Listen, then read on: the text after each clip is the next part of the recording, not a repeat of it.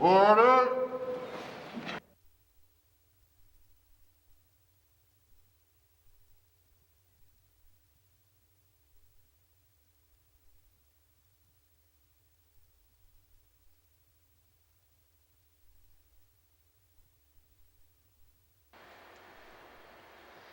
O God, may your spirit and guidance be in us as we work for the benefit of all our people, for peace and justice in our land, and for the constant recognition of the dignity and aspirations of those whom we serve. Amen. Seated. Welcome, colleagues.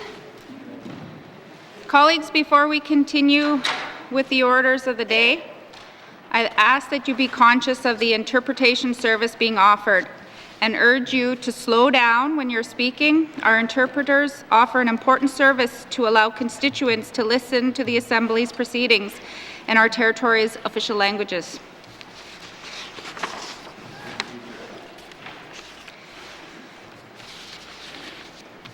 Minister statements. Minister for Health and Social Services. Thank you, Madam Speaker. I'm pleased to announce the temporary day shelter will open next week at the site of the former Visitor Centre in Yellowknife. The day shelter is vital to keeping residents experiencing homelessness safe during the depths of winter. Madam Speaker, the need for a temporary day shelter arose from the public health order to physically distance indoors during the COVID-19 pandemic. This order, while critical to keeping all residents safe, has reduced capacity at the day shelter and sobering centre on 50th Street, meaning that many individuals who need that service are unable to rely on finding space available during the cold weather. The Northwest Territories Health and Social Services Authority has been delivering additional temporary day sheltering services since the beginning of the pandemic. This service protects the health and safety of members of the community who are experiencing homelessness with shelter, bathrooms, food, laundry facilities, and program navigation. Madam Speaker, providing this essential service is an important component of this government's commitment to reconciliation. The City of Yellowknife's point-in-time count data collected in 2021 shows a significant overrepresentation of Indigenous people. Of those surveyed, 91% identify as Indigenous, compared to just 23% of the total Yellowknife population. Excuse me. This data also tells us that 62% of the homeless population had at least one parent who attended residential school, and 19% attended residential schools themselves. We can't ignore the tragic legacy of residential schools whose damaging effects are felt today. Caring for and providing essential services to people experiencing homeless and battling addictions is part of facing that legacy and advancing reconciliation. Despite the importance of this service, however, there have been significant challenges to secure a suitable option. Madam Speaker, I'm pleased to advise that through a concerted effort to find a solution, we secured the temporary day shelter modular through a partnership with the private sector. Contractors offered their use of their modular work camp units following the completion of the Clecho All-Season Road. These units have been placed on the former Northern Frontier Visitor Centre lot. Use of the lot is made possible by a declaration of a local state of emergency by my colleague, Minister Thompson, as Minister of Municipal and Community Affairs. The temporary day shelter will open in this location in the coming days and will provide safety and basic services to meet the needs of members of the community who are experiencing homelessness. The goal is to secure the required municipal permits for this shelter to remain in operation until the completion of the permanent Wellness and Recovery Centre in early 2024. Madam Speaker, the opening of this temporary facility illustrates the importance of collaboration and is an example of what can be accomplished when we collectively commit to the needs of all residents, including those experiencing homelessness and addiction.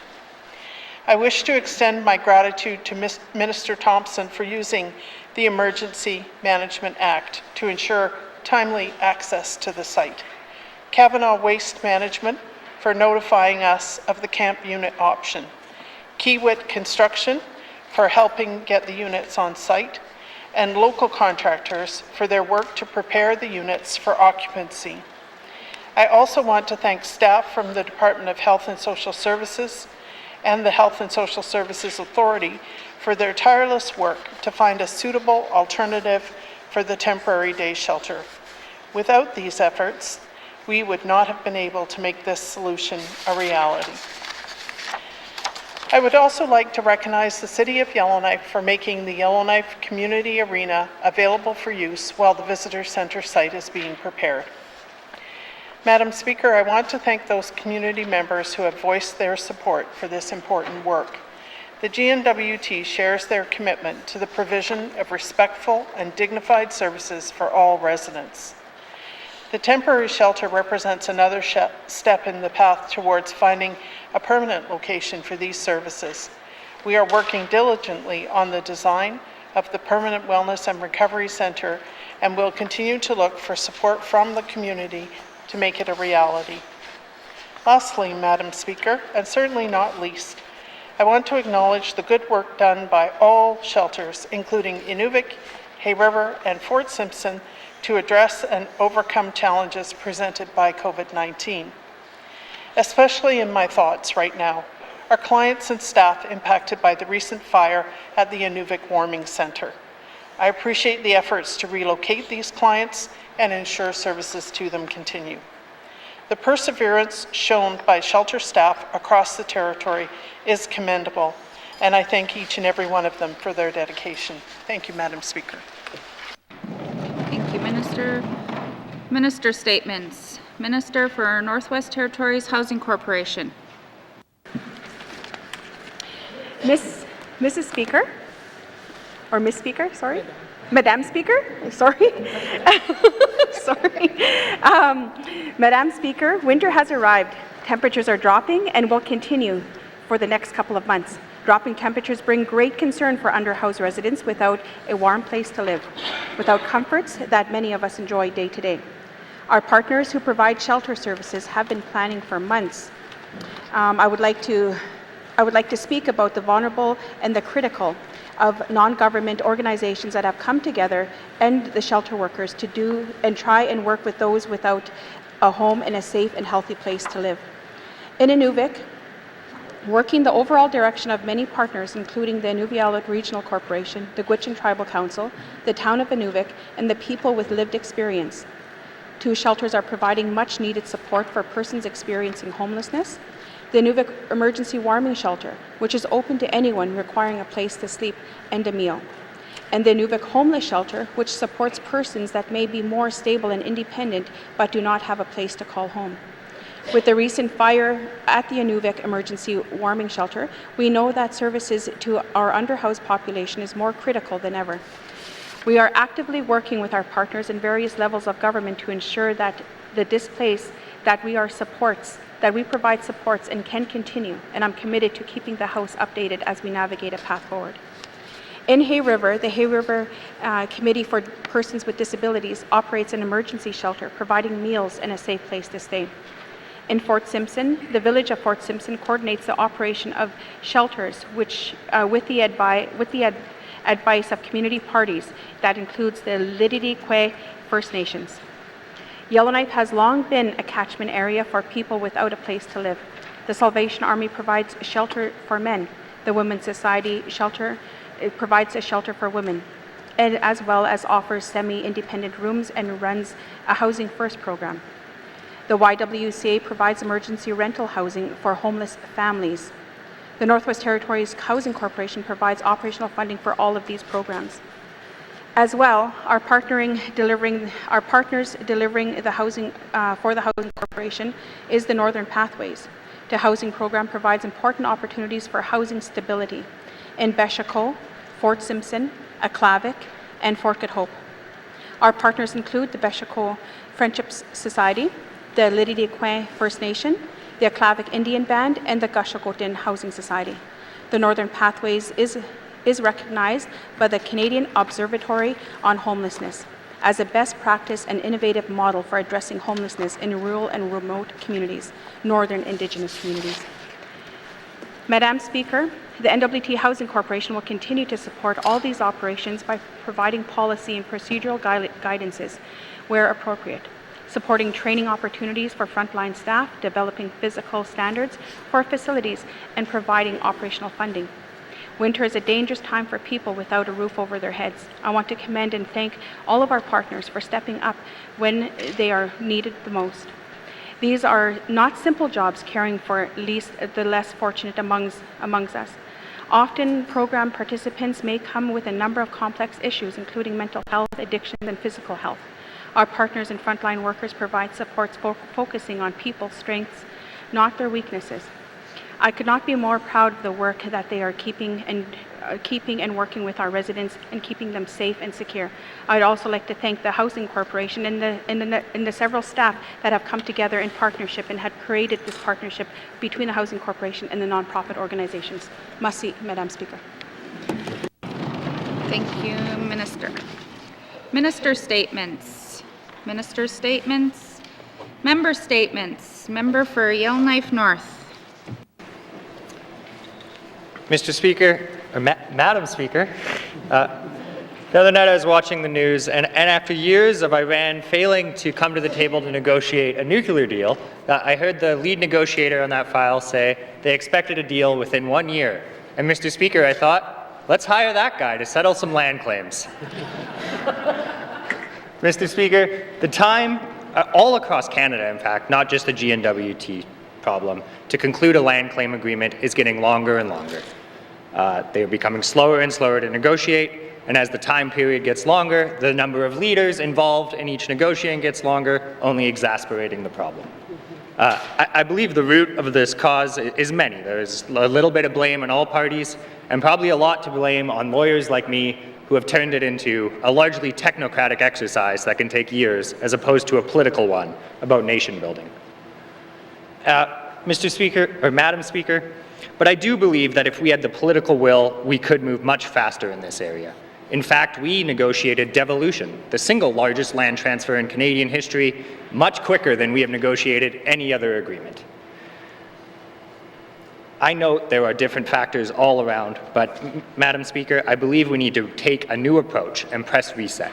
We need to look at all of our negotiating mandates in light of devolution, all of our self-government agreements, in light of the powers we now hold, and have a whole-scale rewrite. I believe we need third-party review of this, preferably a third party who has actually settled some agreements. I know there are a lot of ex-chiefs and ex-negotiators in this territory who would love to see those mandates and provide some insight. I believe it's worth noting that I have never seen a negotiating mandate. I've never been at a negotiating table. So everything I say is taken with a grain of salt, but there are people in this territory who know how to actually get these things done, and it's been far too long. Madam Speaker, we have a suite of policies, whether it be the land lease only policy, land withdrawals, and various other policies that are in theory meant to help us assist in settling the unsettled claims. But I think we have to ask ourselves whether those are actually a hindrance. If every meeting that my cabinet colleagues goes to is about cabin lease taxes, I think that's a hindrance to actually getting these claims done. I believe we need a wholesale review with third-party and public input on what we are negotiating and what we're willing to give up in light of our implementation of UNDRIP and our commitment to get this done as an assembly. Thank you, Madam Speaker. Member statements. Member for Nunavut. Thank you, Madam Speaker. Today I just want to thank all the people in my communities. I'm really proud to bring forward that our frontline staff are doing so well, working together in all 4 communities, and thank the healthcare crew, our school teachers, our RCMP staff, and all our local leadership in Nunavut. But I believe the ability and the diligent work of everybody in the communities to keep us safe and hard work is not going unseen, and it's to keep our communities safe and I'm so grateful for that, Madam Speaker. I'd like to remind all, this week I brought some member statements forward that our housing in Nunukput's in a crisis, Madam Speaker. My riding of Nunukput people are suffering.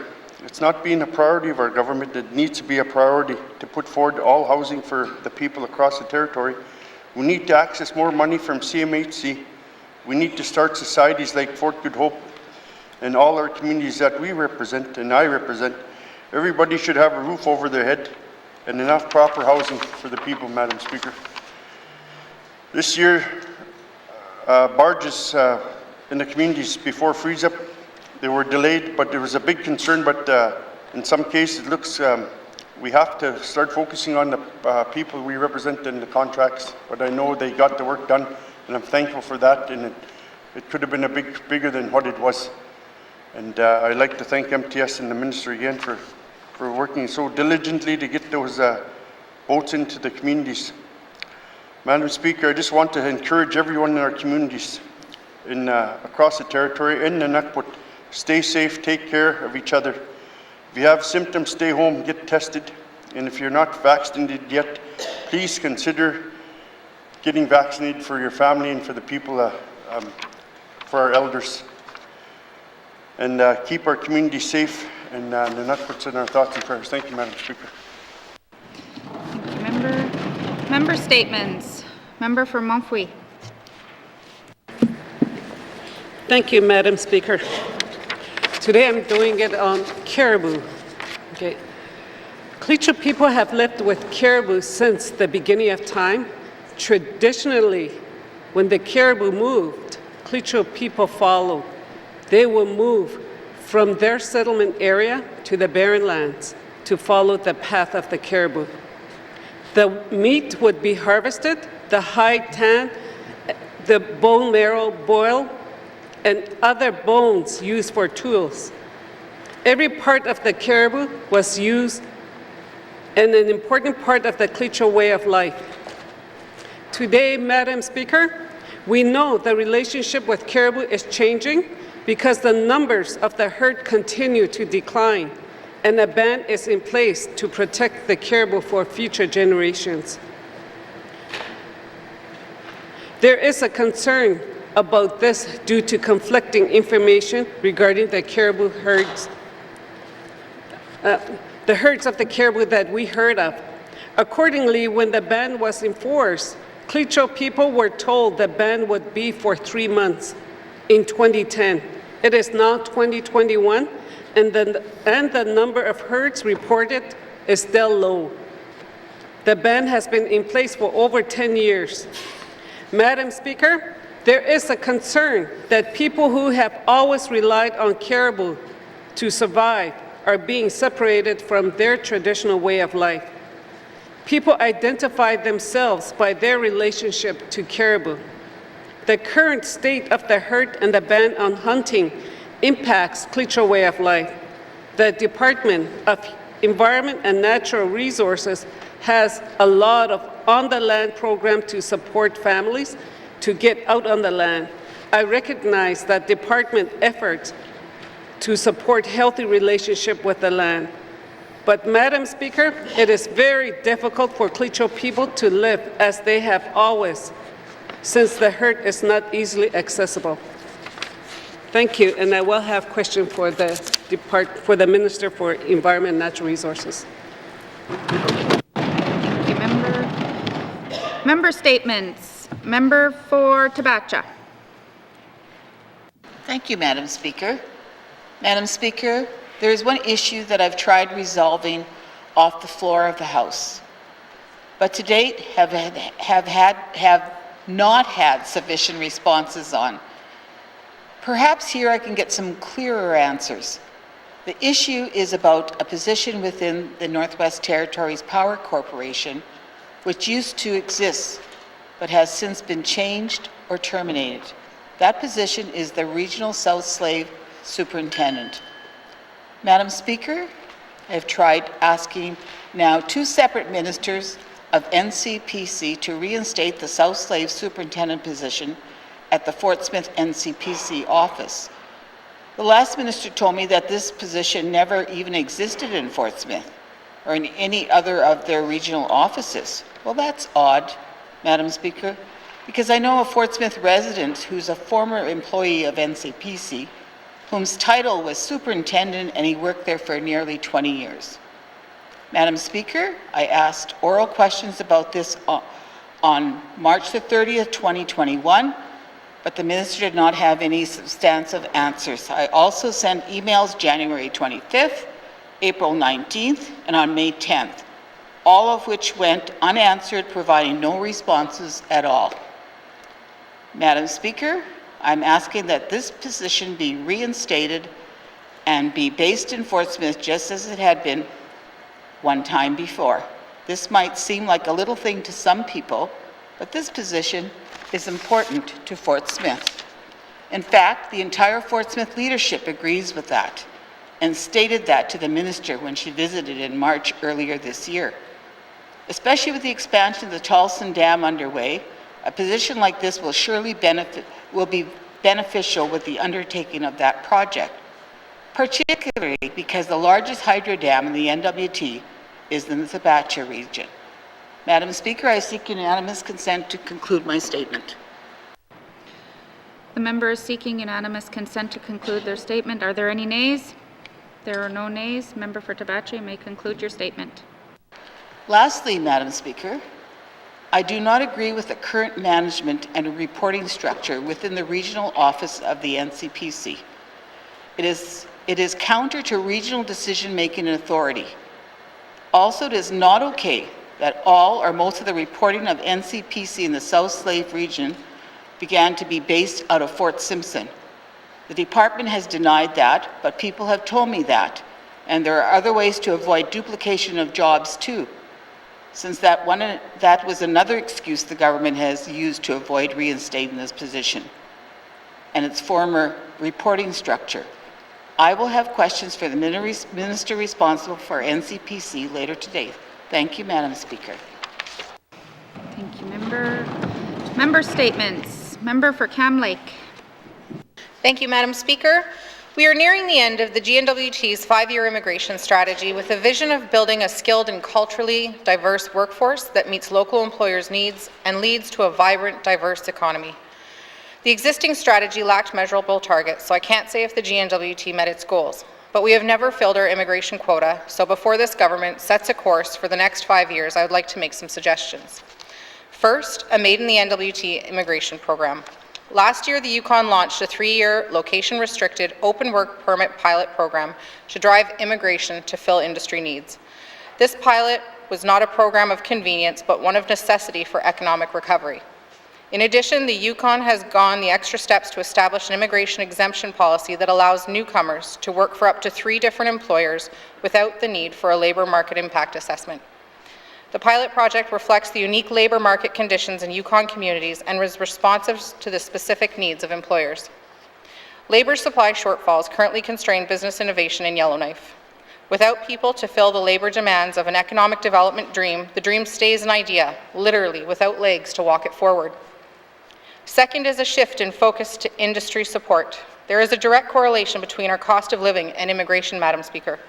When businesses close, everyone loses. There is a chain reaction of shrinkage, loss of morale, and depression of our northern economy that increases the cost of living not only in Yellowknife, but across the Northwest Territories. This week, I asked for a shift in procurement focus from service to government to service to industry. I have the same request for immigration, an industry-focused effort to support economic development by supporting staffing needs we can't fill in the Northwest Territories. Third, Madam Speaker, is a focused effort on immigration under one roof and one minister responsible. Today, if I want to discuss the immigration challenges of my constituents, I need to direct my questions to 3 different departments. The GNWT must consolidate its immigration efforts to serve industry needs through active outreach to be effective. Successful economic recovery for the NWT relies on immigration.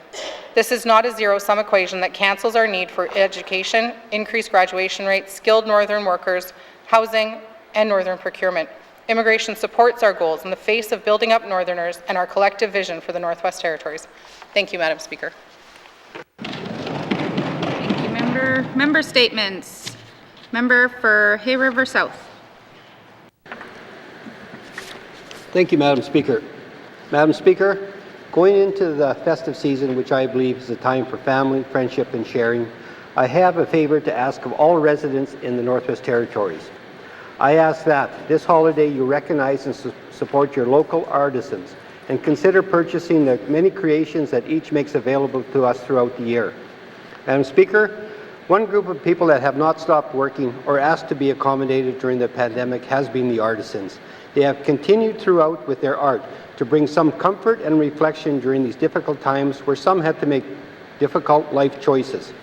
Madam Speaker, when it comes to design and producing the many beautiful traditional and non-traditional creations we see every day, we must be reminded that the talent many of these artisans enjoy was passed down to them by a long line of present and past artisans. With this talent comes the importance of utilizing and respecting those natural resources harvested or extracted for use in their creations, which will become part of our history. Madam Speaker, for many of the artisans, it is not so much about the money. It is about passion. It is about vision, and that of sharing the artistic knowledge and talent that has been passed down to them, or that which has been self-taught. However, we all know the value of the many unique pieces that are being produced, and we must be sure that artisans receive fair compensation. Madam Speaker, over the years, I've had the pleasure of having many local and regional artisans visit me with traditional and gallery quality creations. I believe that for the many of us who do not have the artistic ability or may have not yet discovered our artistic potential, can still do our part by supporting and encouraging others to support those many talented artisans through the purchase and showcasing their creations. Madam Speaker, I also encourage everyone to visit the NWT Arts website for artists and creations near you. And in advance, I would like to thank all those persons who will be supporting the artisans of the NWT this Christmas season and all those that have supported the artisans over the years. Please do not stop with this support. Thank you, Madam Speaker. Member statements. Member for Great Slave. Thank you, Madam Speaker. Madam Speaker, I am doing my part to help out with what the Hay River South MLA is saying. Currently, Madam Speaker, our out-of-territory tourists are not permitted to enter the NWT for leisure travel unless they are traveling directly to an approved remote tourism location. According to operators, to gain this designation, they must submit a rigorous COVID plan that includes additional insurance for medevacs, plans for isolating guests, and provisions to bring doctors to site should a COVID diagnosis be required. After almost 2 years of literally no business, operators are finding themselves in the difficult position of having to decide if they close their businesses or go further into debt, hoping that one day they will see a light at the end of the tunnel. The tourism industry is an indirect and direct supporter of northern businesses, including retail, restaurants, art galleries, suppliers, and airlines. We've seen a huge loss in our tourism sector, with many businesses changing the services they offer or shutting down completely. Operators are selling their inventory of gear, and many of our shops and retail outlets are leaving or switching to online storefronts to survive the effects of the pandemic restrictions. With the vaccination of children aged 5 to 11 in the NWT, I understand that the order restricting leisure travel by non-residents is being looked at, and hopefully we can expect changes soon. Will these changes come quickly enough to save our vulnerable tourism sector? I really don't know, and have to admit I'm not optimistic, given how long it will take for operators to recover any sort of profit after years of poor return. As part of ongoing support for tourism marketing and infrastructure programming, the GNWT announced that the Tourism Product Diversification and Marketing Program and the Community Tourism Infrastructure Contribution Program are officially open for submissions and are eliminating a step by removing the expressions of interest phase. Has this move by the GNWT come quickly enough to save the NWT tourism industry through the remainder of this pandemic? When I see outfitters selling assets and hear rumors of large operators closing businesses that not only serve tourists but also local residents, I'm sad for them and worried for the future of the sector. Tourism operators have run out of resources. Restrictions have starved their operations, and current entry requirements continue to turn people away.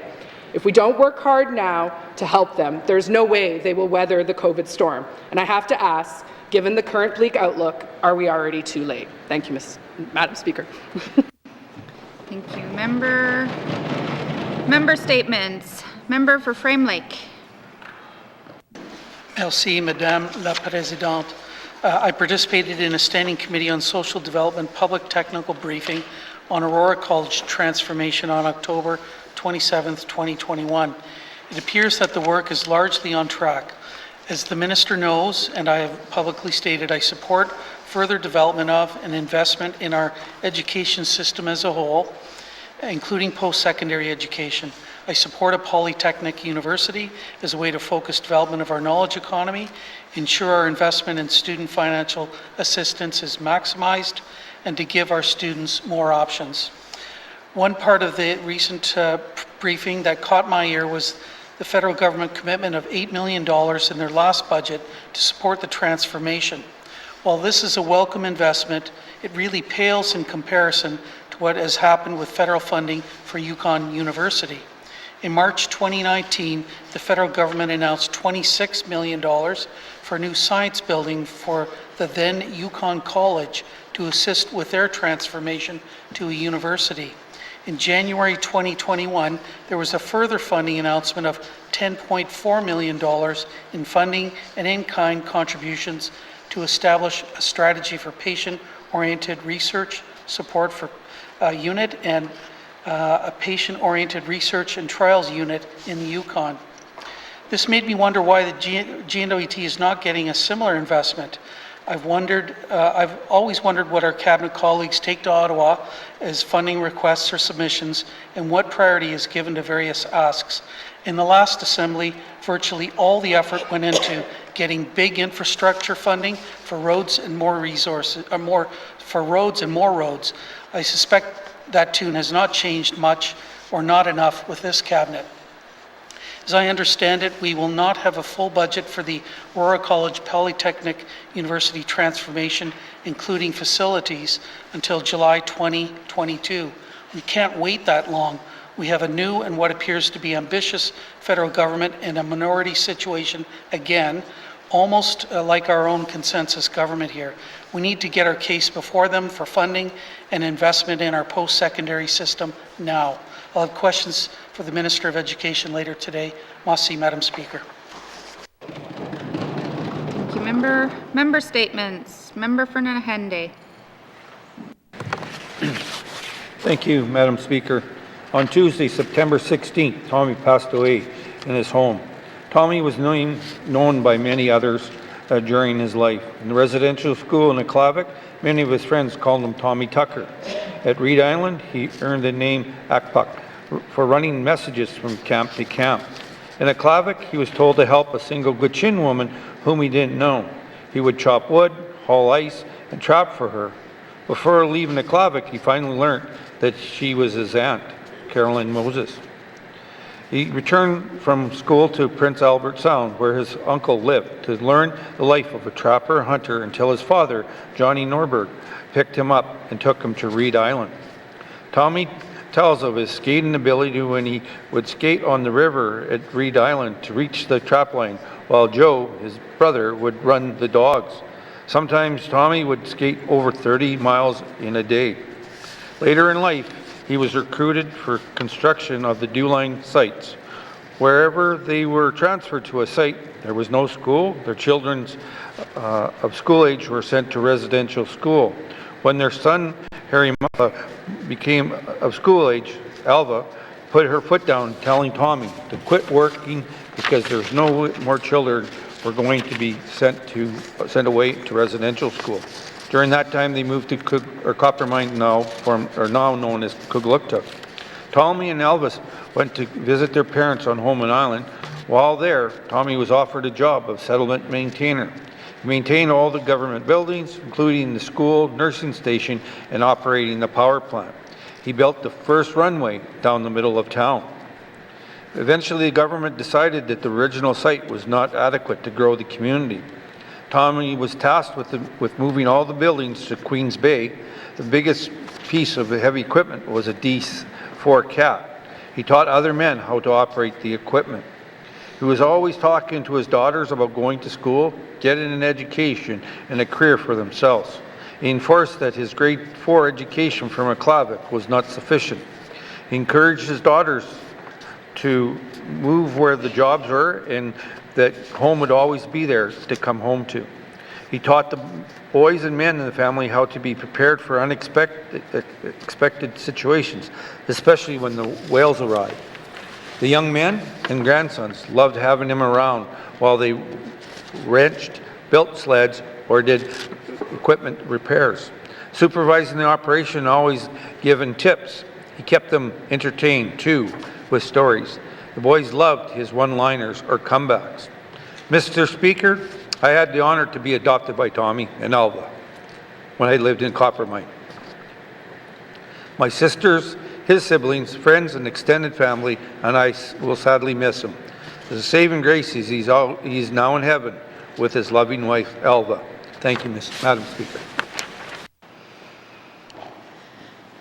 Thank you, Member. Our thoughts and prayers are with the family. Member statements. Member statements. Returns to oral questions. Returns to oral questions. Recognitions of visitors in the gallery. Recognition of visitors in the gallery. Acknowledgements. Acknowledgements. Oral questions. Member for Yellowknife North. Thank you, Madam Chair. With calls across the country to return land to Indigenous governments, and really at the heart of outstanding land claims is a question about land, I was hoping the Premier could provide some insight. Assuming we ever do settle the outstanding land claims, what % of land in the NWT would we expect to remain public land versus private land? And I know that can be a hard question, so perhaps some clarifying on surface or subsurface, or what the general percentage has been in settled areas. Thank you, Madam Chair. Thank you, Member. Honourable Premier. Thank you, Madam Chair, or Madam Speaker. As the member stated, it's not an easy answer. It would be easy to say 10%, 50%, 75%, but it's not as easy as that. It all depends on the different negotiations. So I'm going to try to explain some of it, and of course, offer a briefing to Standing Committee for more technical if they wish that. But the comparison of land quantum in claims can't be looked at in one area because there's a negotiation process. Some take more cash, some takes more land, some take more subsurface. The other consideration we have to take when we look at settled land and non-settled land is land that is publicly administered by the GNWT, land administered by municipalities, land that's owned in fee simple, land that's administered by the federal government, and land that might be part of a national park or other conservation area. So again, and the other thing that's really comes into play as well is when some Indigenous governments in their negotiations are looking at exclusively Indigenous governments, which means only settled claims for their people, members of their people. And others are more inclusive in their provision, so they want to provide services to all the general public. Of course, all those factors have to be taken into consideration. So again, we're really flexible within that, depending on the needs, the region, the communities, also overlapping lands. There's a number of lands where it's not just one Indigenous government, it's multi-Indigenous governments that have claims in for those lands, so all that has to be taken into consideration. So there's no one-size-fits-all, but I think that it is worth noting, Madam Speaker, that in the NWT, our agreements are amongst the largest in the whole of the country in terms of land quantum. And I think that where we are in regards to working with Indigenous governments in the NWT is very progressive and sets an example for the whole of Canada and perhaps the whole of the world. So again, it's not as easy an answer as I'd like it to be, but if we will offer Standing Committee a briefing on it as well, a technical briefing. Thank you, Mr. Speaker. Thank you. Oral questions. Member for Yellowknife North. Thank you, Madam Chair. I understand that it's complicated. I guess part of the concern I hear from Indigenous governments is the only reason we have the land is devolution. Before, and I think there's been a lot of criticism about having a third party at the table. And I guess my question is, now that devolution is a bit of a de facto completion, is the agreement to sign on to devolution, and I think probably more importantly, the corresponding royalty split, a condition for any future land claims as far as the GNWT is concerned? Thank you. Madam Premier. Thank you, Madam Speaker. I know that members don't like us to say no in the House, but no, it is not a condition of, devolution is not a condition of settling land claims. Land claims are separate, so devolution is a table. Many members there there's a mixture. Some have land claims settled, some have self-government settled, and some people are in the process and some are not even wanting to. So the devolution table is a table for all people to share royalties, to talk about land and resources and how we co-develop acts and regulations going forward. And every Indigenous government is welcome to come to the table. Thank you. Thank you. Member for Yellowknife North. Thank you, Madam Chair, or Madam Speaker. I would also appreciate any insight to whether we have updated our self-government mandates. My current understanding is that there's hundreds of pages which form the self-government mandate. There's a chapter on every single topic imaginable, from health to education to government services. I mean, I've never seen any of this, but I'm wondering if, given devolution, given the commitment to UNDRIP, whether a full rewrite of looking at all of the self-government mandates is occurring or has occurred. Thank you, Madam Speaker. Thank you. Madam Premier. Thank you, Madam Speaker. A full rewrite of all of them. You're right, it's a very big document, I think close to 1,000 pages. And there are chapters on each area. The member is correct in that as well. So it's not as easy as, we're not looking at rewriting the whole thing. What we are looking at is building trust and being more transparent in this government. I know that the federal government does share their principles and interests around negotiations, and so we're saying, why wouldn't we? We do need to look at things like comparability, fairness, etc. But those things should be shared publicly. We take a lot of hits in the House. We take a lot of hits from in the NWT, saying that we're not reasonable, we're not fair. And so I do think, Madam Speaker, that by sharing our principles and interests of the mandates, we'll actually outline that to people, and people know what they're dealing with. It's better for all of us going forward. Thank you, Madam Speaker. Thank you, Madam Premier. Final supplementary, member for Yellowknife North. Thank you, Madam Speaker. I would really appreciate if we shared some of those principles. I feel like asking questions about something I can't see is a bit of a search in the dark. One of our commitments is to implement UNDRIP. To date, this House has seen no regulations. I don't believe there's been a single cabinet policy change, and certainly no legislation has changed to reflect UNDRIP. So my question for the Premier is, what has been done to implement UNDRIP to date, or what are we doing to implement UNDRIP? Thank you, Madam Speaker. Thank you. Madam Premier. Thank you, Madam Speaker. I think that the implementation of the United Nations Declaration was a priority of this government, and I take it to heart. Many of the chapters within the Declaration talk about this shall be done by Indigenous people, and so I've taken that to heart, and I think that all the Indigenous governments agree with me 100%. So right as soon as we began, one of the finer things that we've done in this government that we've never done before, we've always had the Intergovernmental Council that looks at land and resources. That was the last government's initiatives. However, this government has brought forward more. We have 2 other tables that we work with, the Modern Treaty and Self-Government Table, and the Council of Leaders, which every Indigenous government sits at. So within the Council of Leaders, where all governments are, they've insisted that we tackle the United Nations Declaration. They're not waiting for the Legislative Assembly. They're taking it to heart that this is about them. So within that, within the Council of Leaders, that's what's called a Secretariat. And so it's a working group, members, officials from all governments. We are one member of that council, so we have one official. Every Indigenous government has an official as well. So that working group of officials has just recently established, they brought it forward to the Council Leaders table, which was 2 weeks ago, I believe. Life goes fast. And the Council Leaders have supported the recommended approach, on the next steps to implement the declaration.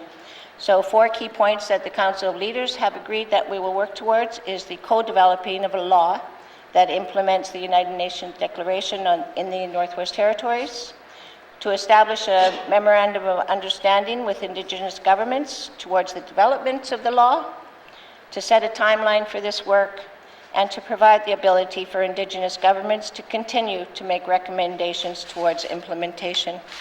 Madam Speaker, what I will commit to as well is as that work progresses, we do already have a member that joins us for that work, but I will commit to making sure that all members are kept up to date with the works. Thank you, Madam Speaker.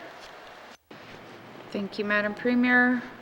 Oral questions. Member for Tabacha.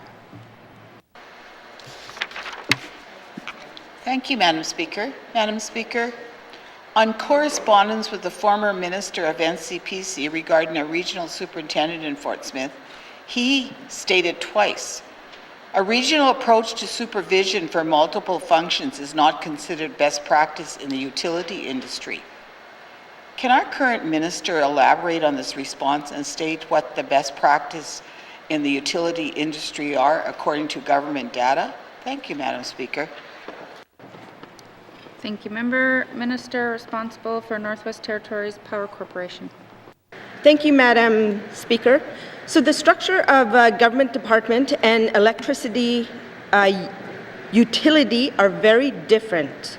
What makes sense for a government may not be appropriate for operational companies such as NTPC.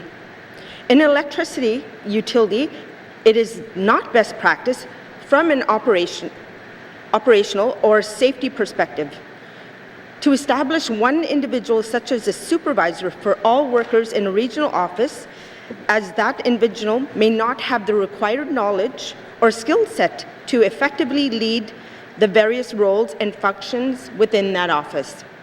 Every utility is structured differently, but most utilities in Canada are based on functional responsibility rather than a geographic location, which is how NTPC is also structured. Thank you, Madam Speaker. Thank you, Minister. Member for Tabacha. Madam Speaker, the former NCPC minister said in a July 24th, 2020 email that the NTPC superintendent position never existed in Fort Smith. Despite the contrary, because I'm aware of a Fort Smith resident who was the former superintendent for NCPC for nearly 20 years. Can the minister explain this discrepancy of information? Was there or was there not a superintendent in NCPC in Fort Smith at one point? Thank you, Madam Speaker. Thank you. Minister responsible for Northwest Territories Power Corporation. Thank you, Madam Speaker. There was a previous manager of operations and maintenance position in the Hydro Operations Division that was based in Fort Smith. It was not a superintendent role, as that was not part of NTPC's corporate structure. NTPC recruited for the manager position when it became vacant, but it was unable to recruit a qualified candidate. As the member pointed out, we have talked on numerous occasions about the Fort Smith NTPC positions, and she has sent emails on the subject. As these emails basically reiterated her positions from our conversations, I did not reply. I can advise that with our reorganization of human resources in the South Slave, due to the purchase of the Hay River franchise, there will be a manager position in Fort Smith. However, there will not be a superintendent position. Thank you, Madam Speaker. Thank you, Minister. Supplementary, member for Tabacha.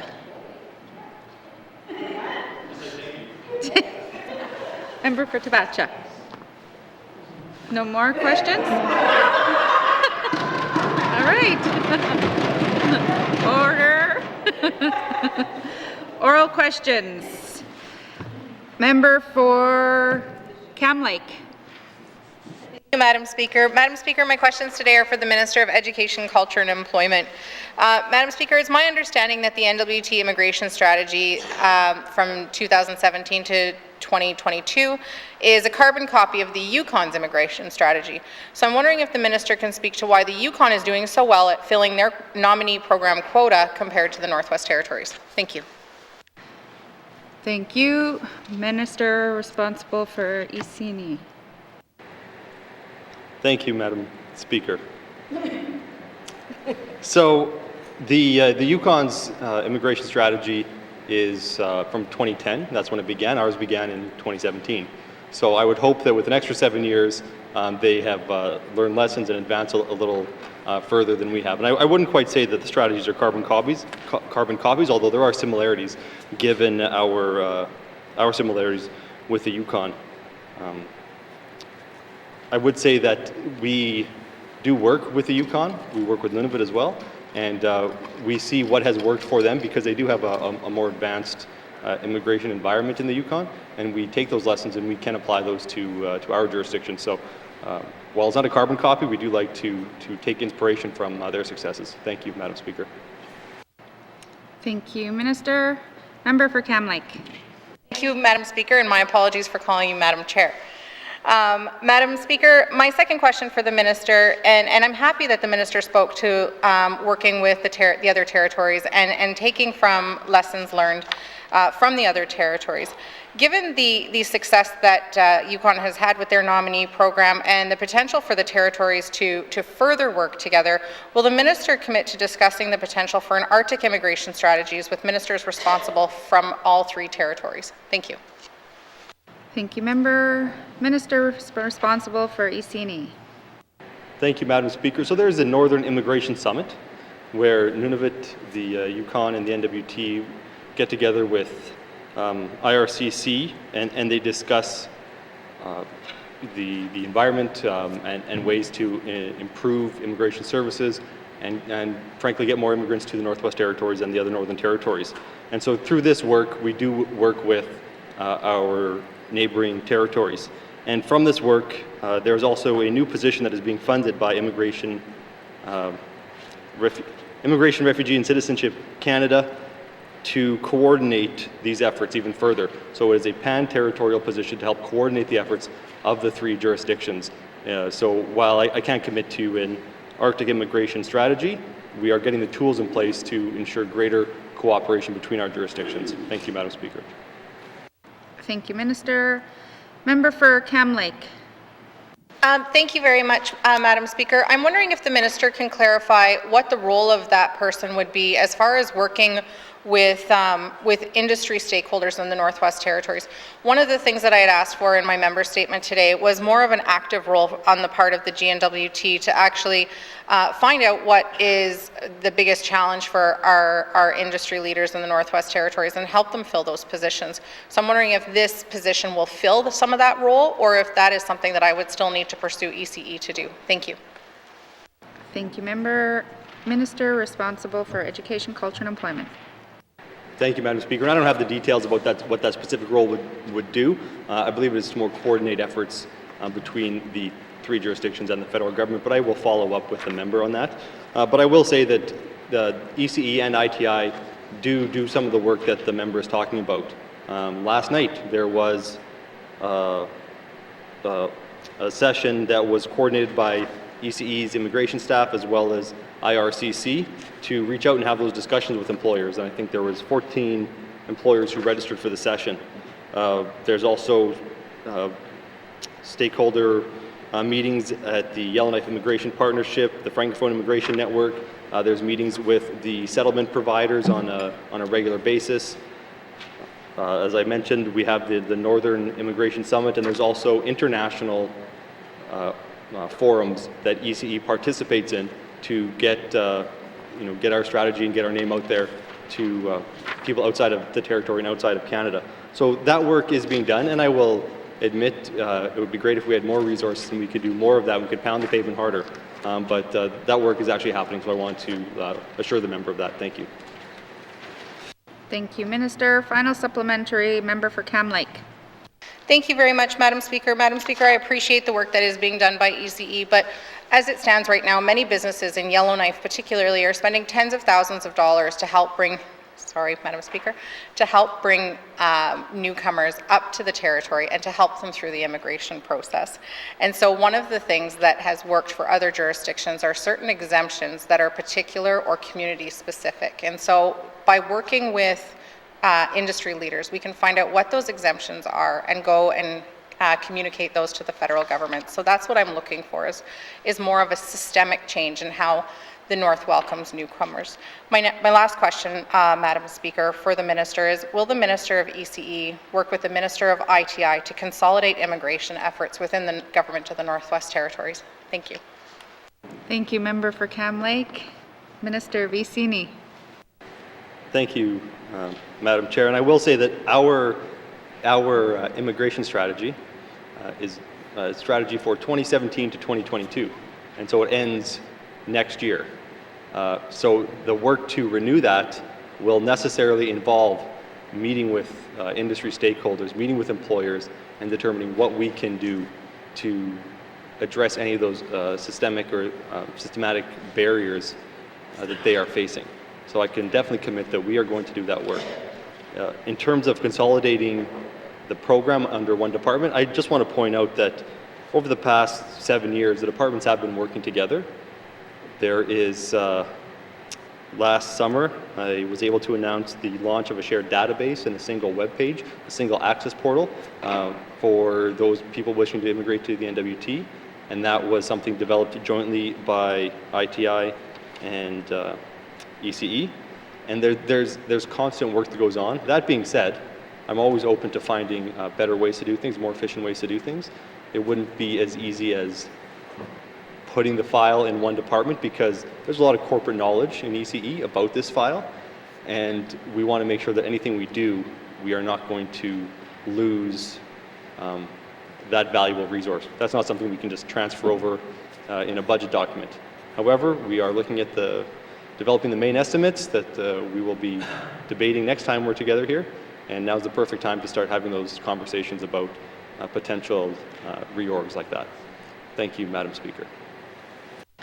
Thank you, Minister. Oral questions. Member for Great Slave.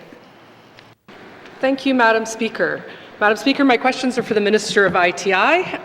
Can the Minister commit to forming a direct focus group with NWT tourism operators to find out what supports are needed to sustain them during the time it will take for us to rebuild and reopen the territory? And just a piece of information, Madam Speaker, according to the Northwest Territories Tourism Association, it may take 2 to 5 years to build our international reputation again. Thank you. Thank you. Minister of Industry, Tourism, Investment.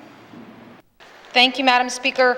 Madam Speaker, I certainly agree that the tourism sector has been one of the hardest sectors hit through COVID, and it's one of the ones that's going to sadly be one of the last to fully rebound.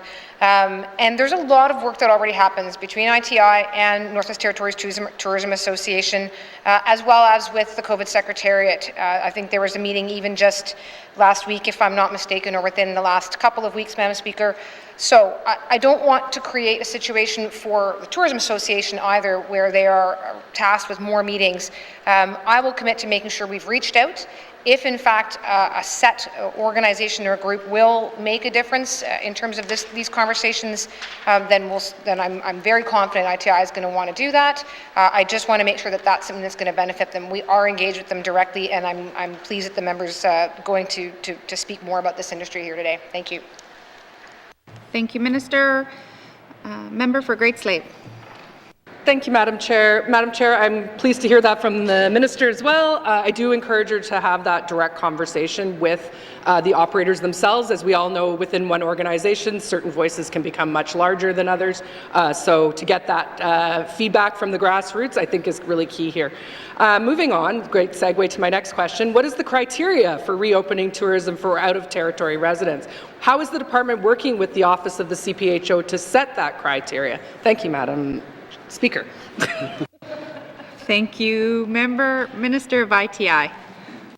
Thank you, Madam Speaker. Madam Speaker, the Office of the Chief Public Health, or the Office of the Chief Public Health Authority or Office, that is the entity that is solely responsible for determining the risk factors under which the current restrictions are created, what they contain, and that is because we've always put our faith in the hands of medical science and not necessarily in politicians to be making those determinations. That said, Madam Speaker, we have continued to work closely, both myself in both of my roles as Minister of Finance, Minister of ITI, do meet regularly with Chief Public Health Officer, and as do the officials as well, continue to meet, so that we are giving the right information to the Chief Public Health Officer so that she understands what the lay of the land is. As such, Madam Speaker, I understand that, certainly Emerge Stronger, as we might recall, had 3 criteria in it. The vaccination rates here in Canada, we've more than met. The case counts, unfortunately, with Delta variant shot up, and so that criteria has not been met. But I know that the Chief Public Health Officer is now looking at whether a proof of vaccination system can bring us back to the hope that we all had of leisure travel opening much sooner than having to wait for the case counts. Thank you, Madam Speaker. Thank you, Minister. Member for Great Slave. Thank you, Madam Speaker. Madam Speaker, me and the Minister can debate whether science-based decision-making is happening at another time. My question here is, how much did the tourism sector add to the GDP prior to COVID versus its current contribution? And given this information, how realistic is it that we are moving away from a resource-based economy anytime soon? Thank you, Madam Speaker. Thank you, Member. Minister of ITI. Thank you, Madam Speaker. Madam Speaker, prior to COVID, tourism was at around 2% GDP, so not a huge contributor to our gross domestic product, certainly. And I don't think I've ever made any statements to the contrary that we are likely to remain dependent on a mineral resource sector as our primary contributor in the private sector to GDP. That is likely to continue into the near future.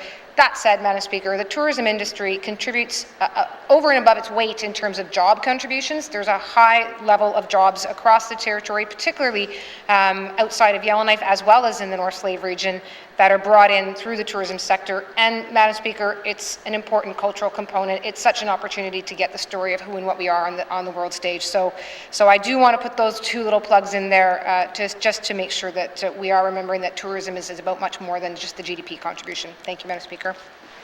Thank you. Final supplementary, Member for Great Slave. Thank you, Madam Speaker. Yeah, I never thought that the Minister didn't support the resource sector. I guess I just need it to be said to the public sometimes about how important it is. Can the Minister commit to providing relief funding that does not require operators to financially contribute first? As 2 years without any business anymore means that they don't have any ability any further to provide money up front to get their relief funding. So I would ask that the Minister considers 100% funding for relief for tourism operators. Thank you. Thank you, Member. Minister of ITI. Thank you, Madam Speaker. Madam Speaker, there is a long list of different funding programs, both through the GNWT and still with some federal government programs, I believe, still open. So, I had to pull them out myself. It is a long list. I recognize that. Some do require equity contribution, and the most recent one, the one that was announced by the GNWT here back in August, September, the Tourism Restart Program, that does require a 10% equity contribution. But earlier programs did not. So PREP and STAR. STAR was for accommodations providers, and the other PREP was tourism businesses. Those ones did not. I can't emphasize enough that there are those in the industry who are still looking to stay open for domestic travel within the Northwest Territories, looking forward to hopefully some changes coming in the near future, that they connect with the regional superintendents, and we will make sure and work with them as best we can to find some programming so they're ready. Thank you, Madam Speaker. Thank you, Minister. Oral questions. Member for Hay River South. Thank you, Madam Speaker. These questions will be directed to the Minister responsible for Human Resources, and I apologize for not getting the questions to her prior, but I know she has a good grasp on the subject. And I didn't want to go home without asking a few more questions on the issue of vaccinations and accommodation. I know I'll get grilled tomorrow morning. Madam Speaker, it is day 2 since proof of vaccination was to be submitted if one wanted to keep their job with the GNWT. and or without having to be accommodated. Can the minister, I guess, I know that it's been a short time, but can the minister maybe just give a quick little update on how the process is going and if there's been any kinks in what's happened so far? Thank you, Madam Chair. Madam Speaker. Throwing everybody off today. Thank you, Minister of Finance. Thank you, Madam Speaker. Madam Speaker, the numbers are continuing to roll in, and I can say the first version I saw has changed in the 12 hours, even since I first saw it a couple of times over, and in a good way. Madam Speaker, I want to say there's some outlying areas that I do have some concerns that the numbers are coming in a little low. We are reaching out as a department, and with respect to education authorities, I know EC&E is reaching out as well, just to make sure that numbers are accurate, first of all, and then to figure out if there's some supports or information, education that we can offer to employees who may have been hesitant to provide their proof of vaccination. But the vast majority of GNWT employees, GNWT departments are doing above the numbers here for the public. The numbers are so overall looking, I'd say, very positive. I've had some direct conversations that suggest that there's a couple of spots where it's taken a bit of a lag to get an approval in. So, and of course, then the official numbers won't reflect that. So, if those are the kinds of kinks that the member's asking about, then of course a new system and a new process is always going to have a few things like that. But Madam Speaker, we're doing well, and I'm really pleased that such a high number of public servants have put their proof of vaccinations in. Thank you. Thank you, Minister. Supplementary, member for Hay River South. Thank you, Madam Chair, or Madam Speaker. The government within the government, we have we have office workers and all the way over to industrial type workers in the work environment. So I'd ask the minister to confirm if the PPE used throughout departments is consistent, and how is it determined if the PPE meets government approval? Because those are some of the questions I've been getting in the last day or two. Thank you, Madam Speaker. Thank you, Minister of Finance. Thank you, Madam Speaker. Madam Speaker, I recognize this is a point of frustration for some. I appreciate the patience that those who are going to have to follow the PPE element are showing. As far as masks are concerned, in general, the masks should be the 3-layer masks and worn tightly to the face. But there is some adaptation for each work site, because exactly as the members noted, an office work site might not necessarily require any additional or alternative PPE as compared to someone working at a different type of situation, such as an industrial one. So every department does have their own specific guidelines. They are under the MyHR website. They were all put out there within the last few days. They're available to GNWT employees to go and to check out. And in addition to that, of course, every supervisor is a resource to their employees. If someone is going to have to rely on the PPE side of this policy, then yes, that information should hopefully be widely available to everyone. Thank you, Madam Chair. Madam Speaker. Thank you, Minister. A supplementary, member for Hay River South. Thank you, Madam Speaker. Knowing that some departments require all employees to be vaccinated, while others are allowing accommodation, can the minister confirm what happens if, for some reason, somebody who is accommodated has to attend a work site or an office building where all employees have to be vaccinated? Is there a process for that? Thank you, Madam Speaker. Thank you, Minister of Finance. Thank you, Madam Speaker. Madam Speaker, the vaccination policy has always been one of to get a proof of vaccination in. And, I hope people aren't doing that, again, because of this. They're doing it because the vaccinations are the best way for them to stay safe and for them to keep their families safe and for, as public servants, to keep members of the public safe. If they're choosing to not provide a proof of vaccination, there's always been the option within the policy that they could then rely on a combination of PPE and testing. There may well be situations that if an employee is running up against requirements to attend other locations, so for example, I know one that's come up here in the House is around federal transportation rules, which will require people now to be vaccinated. If there is a bona fide requirement in someone's job that requires them to do something, go somewhere, rely on federal or rely on transportation options where vaccinations are required, then they have to be able to perform their duties and perform their functions. So in that sense, that would be a point of concern, I imagine. But as far as GNWT work sites, the option has always been there of please proof of vaccination first, but that alternative does exist and continues to exist. Thank you, Madam Speaker. Thank you, Minister. Final supplementary member for Hay River South. Thank you, Madam Speaker.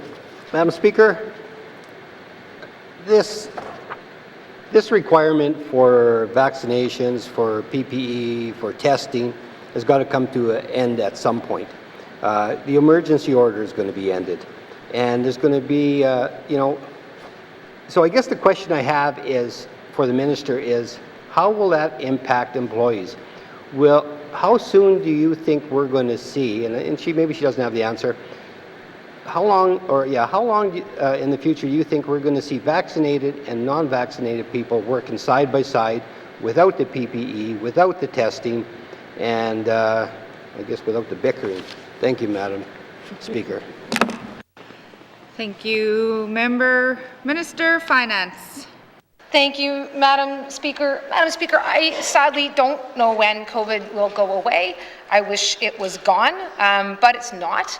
And in the interim, we now have a new variant. So, variants continue to arise, variants continue to spread. And that's again why,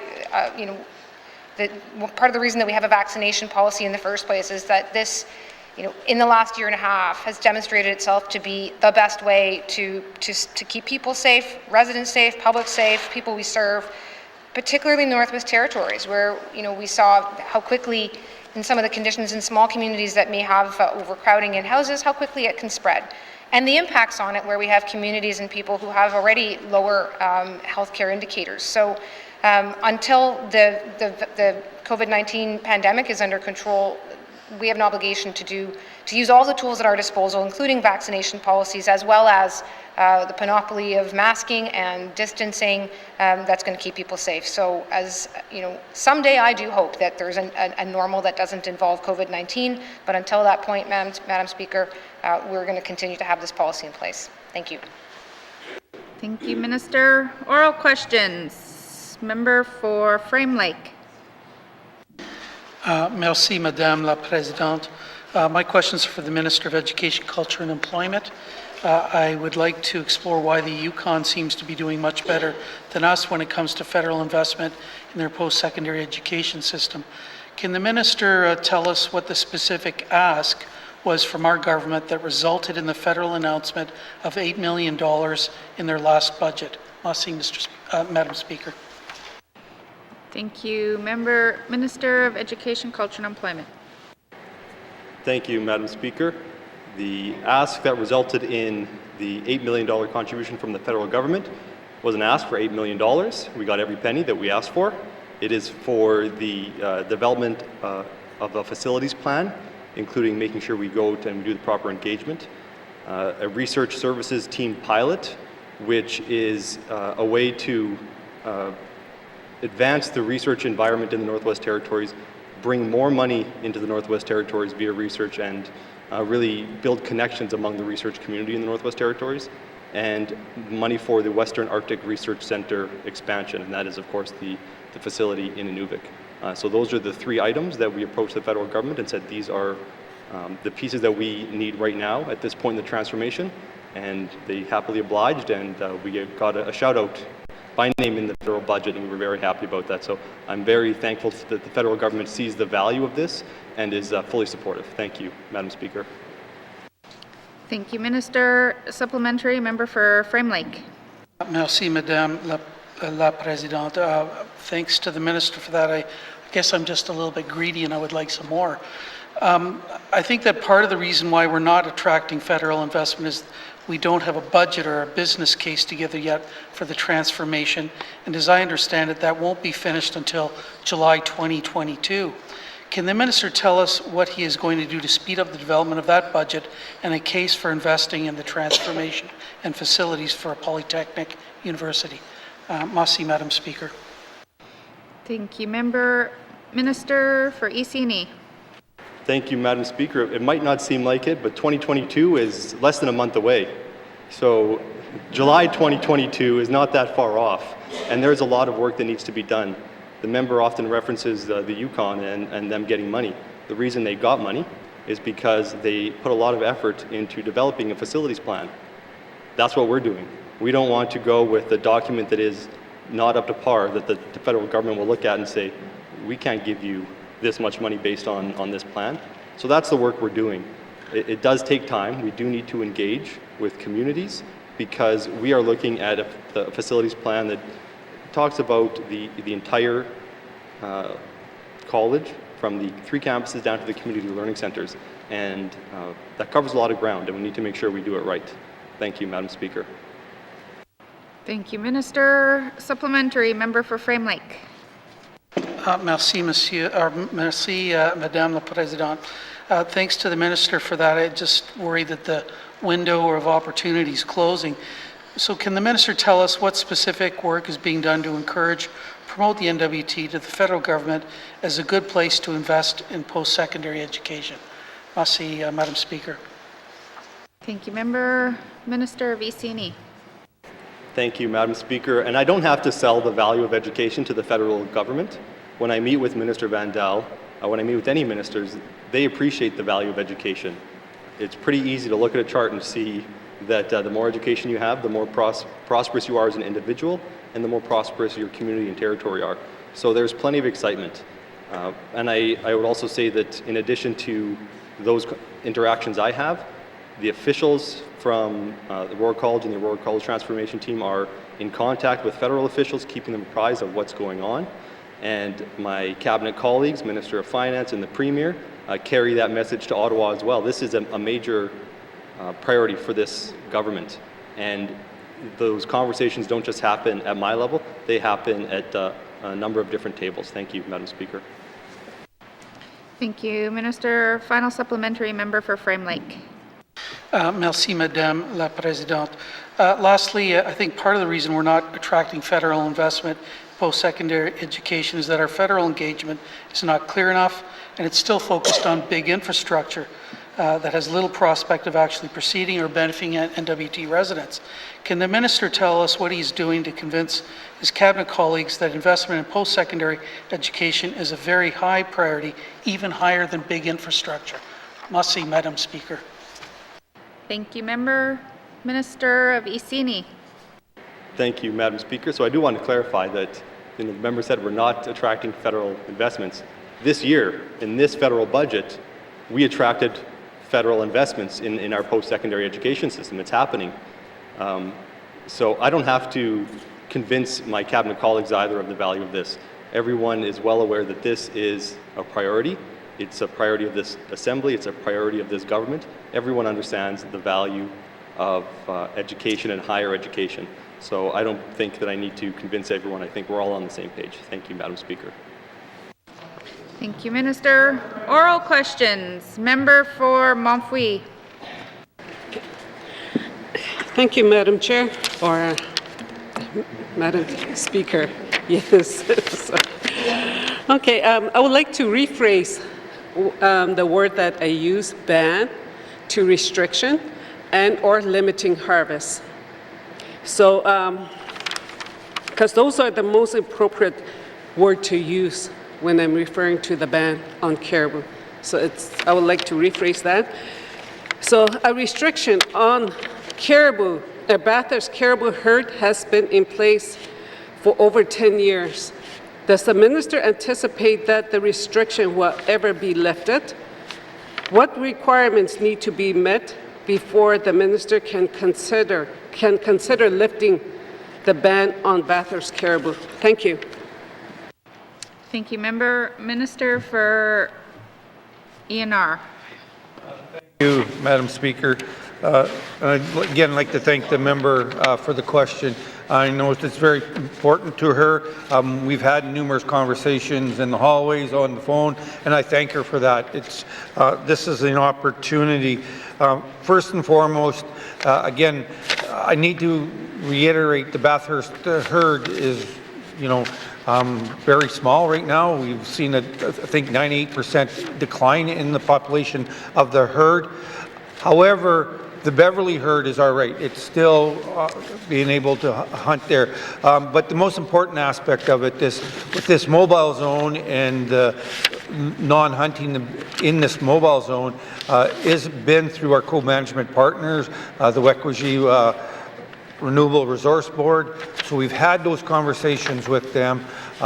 Again, it's about using local, traditional and scientific knowledge to see how we can try to increase this herd's population so that then we can be able to get that back onto the opportunity to hunt. But again, I have to reiterate, there is the opportunity to hunt Beverly. It's a little further away, but and last year we had the unique situation of the Beverly and the Bathurst interlinking together. Thank you, Madam Speaker. Thank you. Minister, supplementary, member for Montfouet. Thank you. You all know that limiting and the restrictions on the caribou has been hard on our people. So limiting the harvest was based on caribou declines, and the process is in the Klitschko Agreement.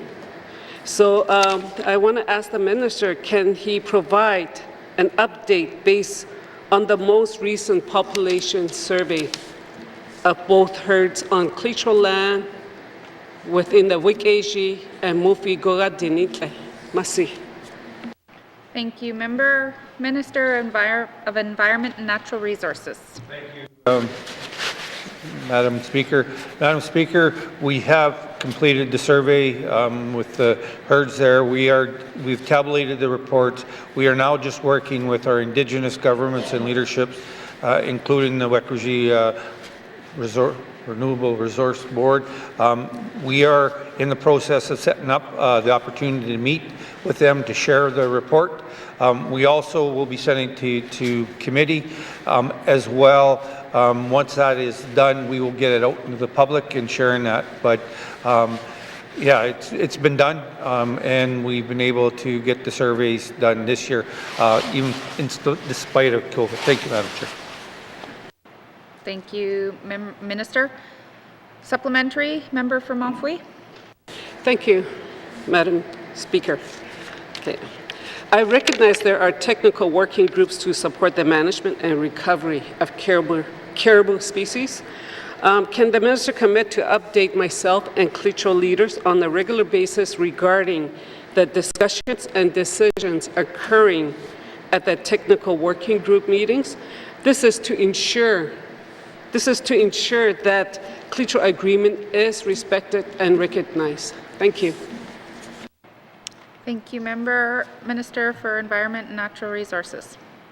Thank you, Madam Speaker. Yes, I'll make that commitment. We've already been sharing this information with Klitschko leadership, with the Wekwajee Renewable Resource Board. So we're very much about sharing information and making sure we respect the agreement with the Klitschko government. So I again thank the member for that, and again we will share that information on a regular basis. Thank you.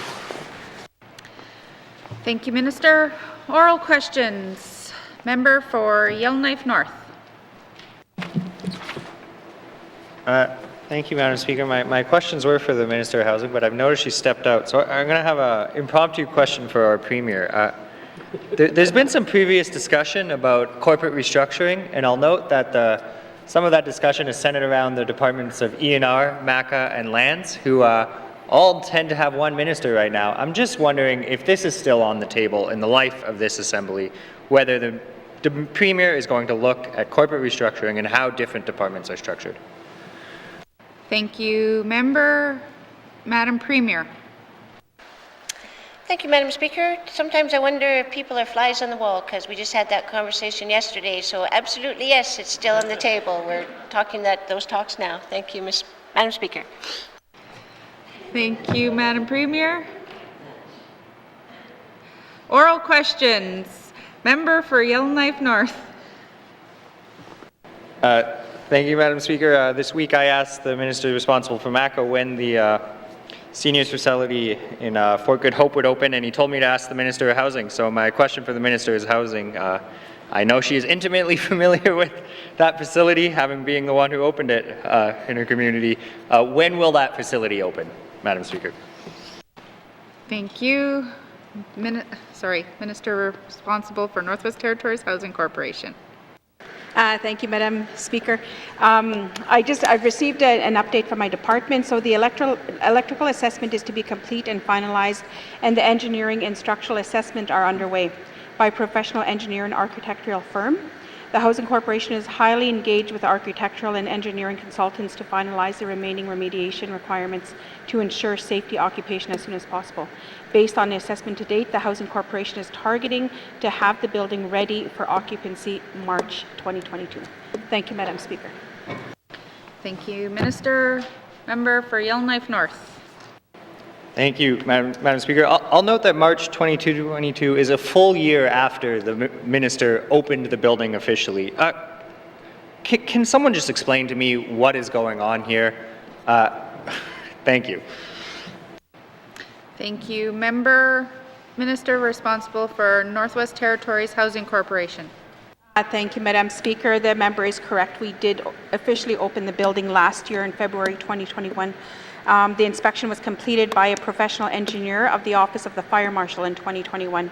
Found that further work was needed to ensure safety occupancy of the building. One example, the requirements for the fire separation between the units. When we have a multiplex unit, the fire separation is the current is in the current building, does not meet the code requirements, and this is a safety consideration. We want these buildings to be designed in a way to protect and give adequate time for a neighbor to get out of their unit should a fire occur in one of the other units. Thank you, Madam Speaker. Thank you, Madam Speaker. Thank you, Minister. Member for Yellowknife North. Thank you, Madam Speaker. I know there's a lot of experts here, and I struggle to understand how something doesn't get built to code. And then I know sometimes the experts get in fights about what actually the National Building Code says. So my question for the Minister of the Housing, do her experts in the Housing Corporation agree with the Fire Marshal's assessment of the National Building Code? Or are we in one of these situations we're having a battle of the experts in the GNWT? Thank you, Madam Speaker. Thank you. Minister responsible for Northwest Territories Housing Corporation. Thank you, Madam Speaker. The Housing Corporation concurs with the findings of the Office of the Fire Marshal and is working to the remaining code concerns addressed as soon as possible. Thank you, Madam Speaker. Thank you, Minister. Final supplementary, member for Yellowknife North. Thank you, Madam Speaker. I really hope there is not some engineer in the GNWT who just cringed when he was told that he concurs with the assessment. But my question here is, this has happened to the GNWT multiple times, where we've opened buildings and then there's been, well, in this case, a 1-year delay before the building is actually opened. Are there some sort of lessons learned? Is there a path forward to prevent us from continuing to not open our buildings or not build them to code? Thank you, Madam Speaker. Thank you. Minister responsible for Northwest Territories Housing Corporation. Thank you, Madam Speaker.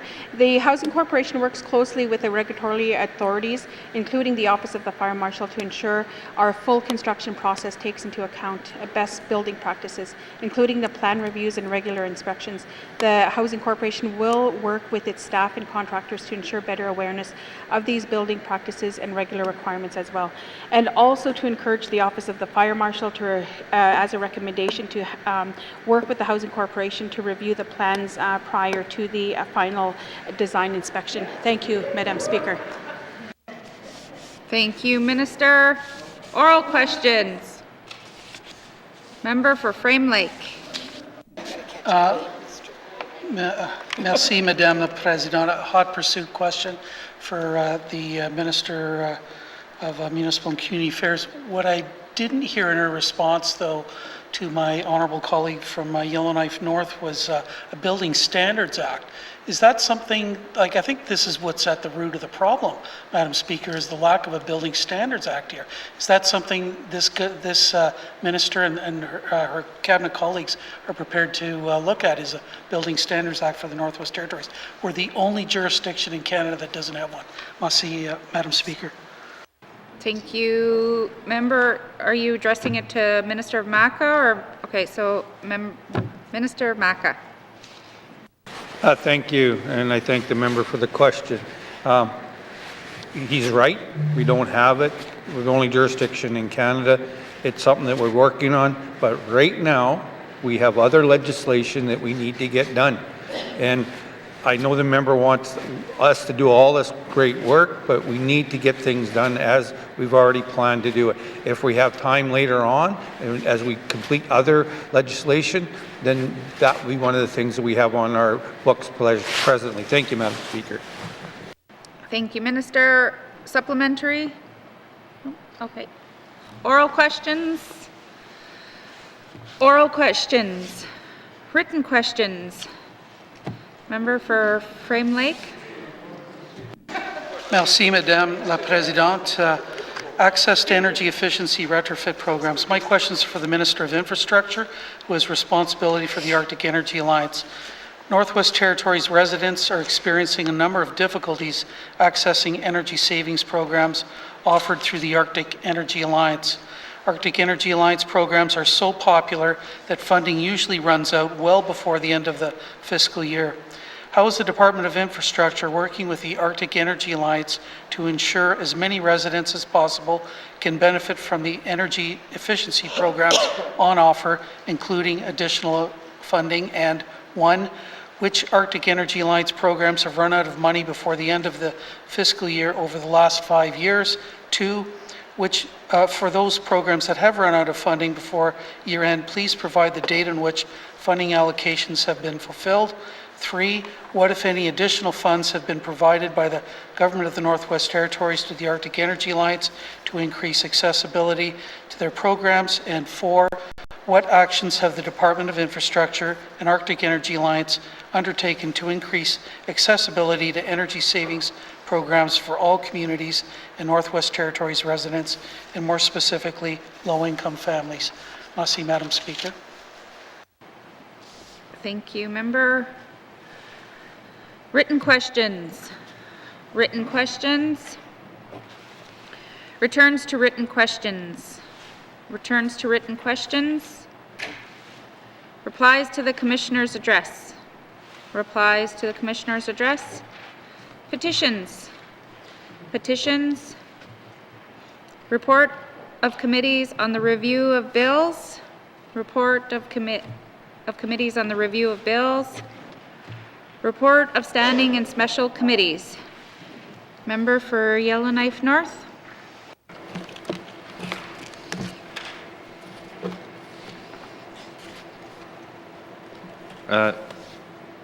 Thank you, Madam Chair. Perhaps I can just get clarification on whether I'm supposed to move the committee report into Committee of the Whole after or before I read the report.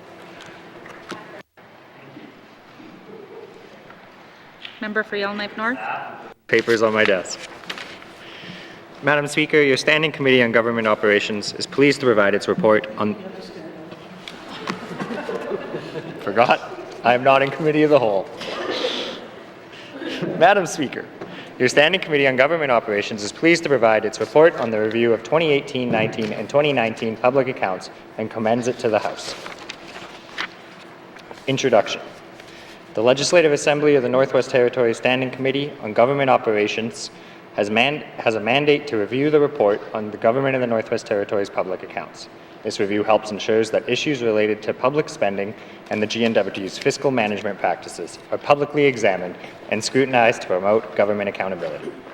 Due to the COVID-19 pandemic, the committee's review of the 2018-19 public accounts was delayed to January 22, 2021. Committee reviewed the 2019-20 public accounts on June 18, 2021. Both reviews took place in Yellowknife, Northwest Territories. During its reviews, committee made recommendations to the government to improve financial management reporting and practices. The committee is pleased to present this joint report on its reviews and looks forward to receiving the government's response. Acknowledgements. For their appearance before committee members would like to thank officials from the Office of the Auditor General, Auditor Karen Hogan, Assistant Auditor General Sophie Miller, Assistant Auditor General Casey Thomas, Principal Lana Dar, Principal David Irving, Audit Principal Joanne Schwartz, Director Marie Jose, Director Kelsey Hogg, and Audit Director Maria Poli. Committee also thanks officials from the Office of the Comptroller General for their appearance. Comptroller General Julie Muchin, Assistant Comptroller General Siobhan Emmeline, Assistant Director Tagwin Jones, and Manager Walter Mupin Zizwa. Background. About the public accounts. The public accounts are the financial statements of the Government of the Northwest Territories, which are prepared annually according to the Canadian Public Sector Accounting Standards. They are also prepared in accordance with requirements contained in the Federal Northwest Territories Act and the GNWT's Financial Administration Act.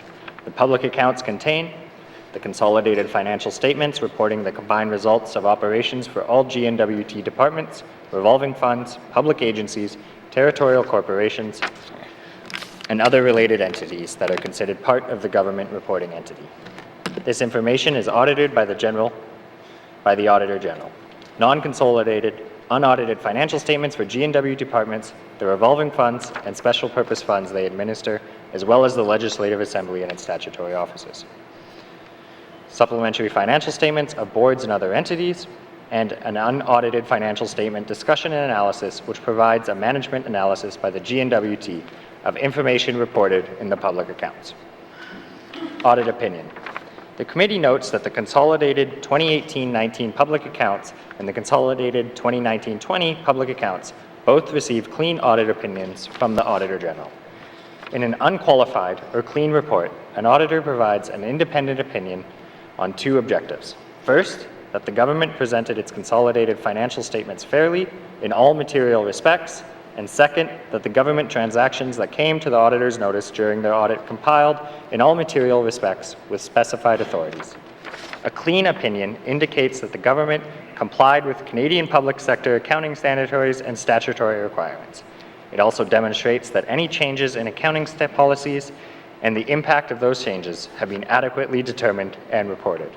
A clean opinion does not necessarily tell the reader that the government is in good economic health. Its purpose is to provide assurance that the government's financial reporting is complete and transparent and has not misrepresented any important facts. The committee commends the Government of the Northwest Territories for achieving a clean audit opinion in the consolidated 2018-19 public accounts and the consolidated 2019-20 public accounts. Recommendations. Old Stanton refurbishment. One issue that arose in the audit of the 2019-20 public accounts was whether the project to refurbish the Old Stanton should be classified as a public-private partnership. The government concluded that the Old Stanton refurbishment is not a P3 project. The government therefore classified the Old Stanton refurbishment as a lease commitment with contractual obligations and rights in the public accounts. In contrast, the Auditor General concluded that the Old Stanton refurbishment meets the definition of a P3 project. According to the Auditor General, Old Stanton was leased to Ventura, which was responsible for refurbishment and subletting. The government later signed an agreement to sublet the entire building back from Ventura and decided to finance most of the refurbishment costs. Once the sublease starts, the government will pay base rent and other fees on a 30-year term. Will pay additional rent to reimburse Ventura for all operations and maintenance costs. This lease commitment, estimated to begin in November 2022, will cost the government $3.5 million per year over 30 years. Ventura will contribute invested capital and is contracted to perform design work and other consulting services. The government is entitled to a 50% profit sharing from Ventura. The profits are a net of a yearly return for Ventura on its invested capital. Therefore, committee recommends. Recommendation 1, that the Standing Committee on Government Operations recommends that the Department of Finance classify the project to refurbish Old Stanton as a public-private partnership and report on it accordingly. Claims and litigation. In the public accounts, the government estimates and discloses the total amount for claims and pending and threatened litigation cases outstanding against for which the outcome is not determined. The committee noted that there has been an exponential growth in the amounts claimed against the government in litigation cases with uncertain outcomes. The dollar value of these claims has increased from single-digit millions to triple-digit millions over the last 10 years. The committee is concerned about the significant rapid growth in claims with indeterminable outcomes and the potential for liabilities to arise from these claims. As a result, the committee supports enhanced public reporting on these claims in the public accounts. Several Canadian provinces and territories provide examples. British Columbia reports a breakdown of its contingent liabilities according to 5 broad categories, such as property access disputes and contract disputes. Ontario lists all claims against the Crown arising from legal action either in progress or threatened expected to exceed $50 million, which amount to 73 individual claims in 2019-20. Therefore, the committee recommends, Recommendation 2, the Standing Committee on Government Operations recommends that the Comptroller General enhance reporting in the public accounts of contingent liabilities arising from claims in litigation, and specifically A, include a breakdown of the claim amounts by category, and B, identify individual claims above a certain amount. Madam Speaker, I will now turn it over to the member for Thabasca. Member for Thabasca. Fiscal responsibility policy. The fiscal responsibility policy is a public statement of the government's commitment to maintain long-term fiscal sustainability by spending responsibly, controlling expenditure growth, and prudently managing borrowing and debt repayment. In 2019-20, the government was not compliant with the infrastructure financing provision of the FRP. This provision required the government to generate $78 million in cash from the operating surplus. The minimum amount to ensure infrastructure investments were funded at least 50% from the operating surpluses and no more than 50% from debt. Instead, the government only generated $46 million in cash from the operating surplus. The consequences of non-compliance with the FRP and the government's policy response to return to compliance are not clear to the committee. The committee is more broadly concerned that the FRP, as it is currently defined, is not meeting its objective for long-term fiscal sustainability. The FRP excludes P3s, which have recently become a significant category of capital expenditures with respect to determining the appropriate level of infrastructure investment. The FRP further disallows any capital spending if the government has an operating deficit. The committee concerns are heightened by the significant risk to the NWT fiscal outlook, especially ongoing operating expenditure pressures, slow projected revenue growth, and the trajectory to exceed the borrowing limit in 2023-24. Therefore, the committee recommends recommendation number 3. The Standing Committee on Government Operation recommends the Department of Finance undertake a review of the fiscal responsibility policy to ensure that the policy meets its objective for long-term fiscal sustainability and provide the committee with the opportunity to comment on any proposed revisions to this policy. Transparency and accessibility for the public accounts. The committee is concerned about the government of the Northwest Territories' consistently low score in the C.D. Howe reports on fiscal transparency. While the committee commends the Department of Finance through the Office of the Comptroller General for the notable improvements to the public accounts reported in recent years, there remains much work to be done. Instead, the Minister has said that the Department is always looking for ways to improve reporting. The committee is pleased to offer several recommendations for improvement. Following the public accounts on the 2017-2018 public accounts and in response to a committee recommendation, The Controller General provided committee with a review of best practices for public financial reporting in 5 provinces and territories. That review identified several reporting items in other jurisdictions that are either missing in the NWT's public accounts or could be improved. The committee believes that matching the best reporting practices in other jurisdictions will enhance the transparency and relevance to the NWT public accounts. Therefore, the committee recommends recommendation number 4. The Standing Committee on Government Operations recommends that the Controller General add to the financial statement discussion and analysis section of the public accounts several reporting items that are present in the public accounts of other jurisdictions, specifically A, population data, B, unemployment rates, C, key non-financial results of major sectors, D, variances between budgets and actuals and between the current and prior year actuals by revenue source, E, variance between budget and actuals and between current and prior year actuals by expense, program, and object, F, discussion details on each liability line item, G, classification of the indicators of the financial health to one of 3 elements: sustainability, flexibility, or vulnerability. Standing Committee on Government Operations further recommends that the Controller General extends all historical charts in the financial statement discussion and analysis section of the public accounts to include 10 years of data. The committee further notes that there is growing work across Canada to make public accounts reporting timelier, more online, and generally more accessible. The federal government recently indicated that it would begin work to develop potential changes to its public accounts to make it more user-friendly and accessible. The federal government already provides several online data sets for its public accounts and other financial reporting as part of the Open Data Portal.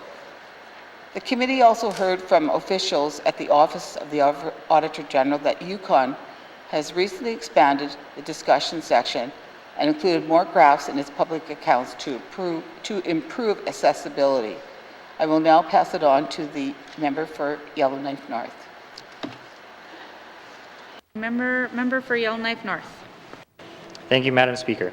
The committee believes that the GNWT can and should be a leader in the accessibility of financial reporting and therefore recommends.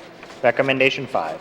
The Standing Committee on Government Operations recommends that the Comptroller General, in consultation with the Office of the Auditor General of Canada and the Standing Committee on Government Operations, study potential changes to the public accounts to make them more user-friendly and accessible while ensuring a high degree of transparency and accountability from the Government of the Northwest Territories. Conclusion. This concludes the Standing Committee on Government Operations report on the review of the 2018-19, 2019-2020 public accounts. The committee looks forward to the government's response to these recommendations. Recommendation 6. The Standing Committee on Government Operations recommends that the Government of the Northwest Territories provide a response to this report within 120 days. Thank you. Member for Yellowknife North. I move, seconded by the Honourable Member for Thabacha, that Committee Report 23-19 Sub 2, Report on the Review of the 2018-2019 and 2019-20 Public Accounts, be received by the Assembly and moved into the Committee of the Whole. Thank you, Madam Speaker. Thank you. The motion is in order and non-debatable. All those in favour? All those opposed? Abstentions? The motion is carried. Committee Report 23-19-2, Report on the Review of the 2018-19 and 2019-2020 Public Accounts, is received by the Assembly and moved into the Committee of the Whole. Reports of Standing and Special Committees. Reports of Standing and Special Committees. Tabling of documents. Member for, where am I? Worker Safety and Compensation Commission. Minister responsible. Sorry.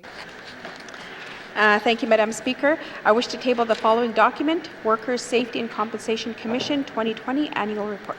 Thank you, Madam Speaker. Thank you, Minister. Tabling of documents.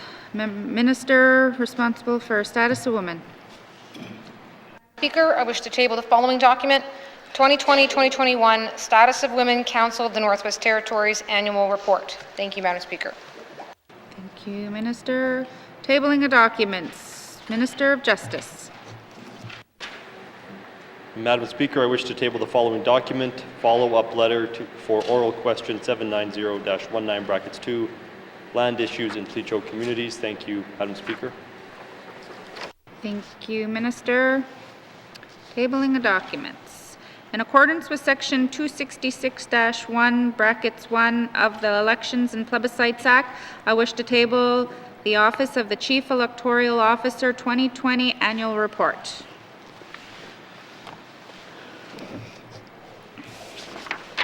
Tabling of documents. Tabling of documents. Notice of motion. Notices of motion. Motions. Motions. Notice of motion for the first reading of bills. Notice of motion for the first reading of bills. First reading of bills. Minister of Justice. Madam Speaker, I move, seconded by the Honourable Member for Inuvik-Boot Lake, that Bill 41, Justice Administration Statutes Amendment Act, be read for the first time. Thank you. Thank you. Motion is in order. All those in favor? All those opposed? All those abstaining? The motion is carried. Bill 41 has had first reading. Second reading of bills, first reading of bills. First reading of bills. Second reading of bills. Second reading of bills. Consideration of Committee of the Whole of Bills and Other Matters. Bill 23, an act to amend the Public Utilities Act. Bill 29, Resource Royalty Information Disclosure Statute Amendments Act. Bill 30, an act to amend the Aurora College Act. Committee Report 20-19-2, Standing Committee on Social Development Report on the review of Bill 30, an act to amend the Aurora College Act. Committee Report 21-19-2, Standing Committee on Economic Development and Environment Report on the Government of the Northwest Territories Approach to the Mining Regime Fiscal Review. Table document 437-19-2, Capital Estimates 2022-2023, with member from Hay River South in the chair.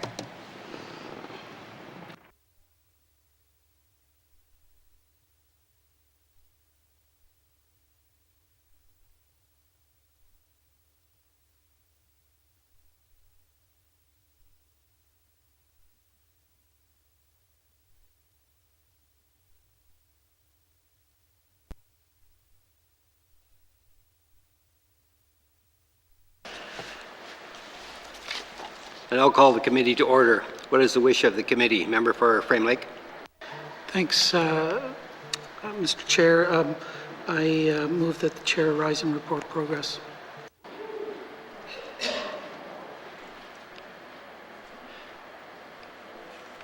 There is a motion on the floor to report progress. The motion is in order, non-debatable. All those in favor?